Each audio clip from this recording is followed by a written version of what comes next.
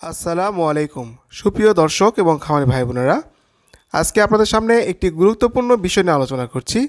সেটি হলো গরু বাছুর বা ছাগলের চোখ দিয়ে পানি পড়া। আর পানি পড়তে পড়তে অনেক সময় ছাগল বা গরু অন্ধ হয়ে যাওয়ার কারণ। এ বিষয়ে আজকে থাকছে কেন চোখ দিয়ে পানি পড়ে, চিকিৎসা কী এবং করণীয় কী। চোখ দিয়ে পানি পড়ার অন্যতম প্রধান কারণগুলো হলো ধুলাবালু বা ময়লা। খামারে বেশি ধুলো থাকলে বা খড়ের গুঁড়ার চোখে ঢুকলে চোখ দিয়ে পানি পড়ে। দ্বিতীয় যেটি কারণ সেটি হলো চোখে আঘাত লাগা। গাছের ডাল, খড় বা অন্যান্য কিছু লাগলে চোখে জ্বালা হয় এবং পানি পড়ে। 3 নম্বর কারণ হলো সংক্রমণ বা ইনফেকশন। ব্যাকটেরিয়া বা ভাইরাসের কারণে চোখ লাল হয়ে যায়, ফুলে যায় এবং পানি পড়ে। এটি অনেক সময় পিঙ্ক আই নামেও পরিচিত। অনেক সময় চোখে ব্যাকটেরিয়ার কারণে চোখে পুঁজ এবং চোখের উপর সাদা অংশ দেখা যায়।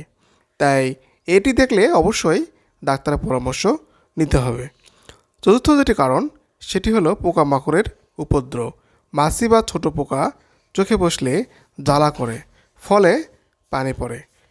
পঞ্চম যেটি কারণ সেটি হলো ভিটামিনের অভাব। বিশেষ করে ভিটামিন এ এর অভাব হলে চোখের সমস্যা দেখা দিতে পারে।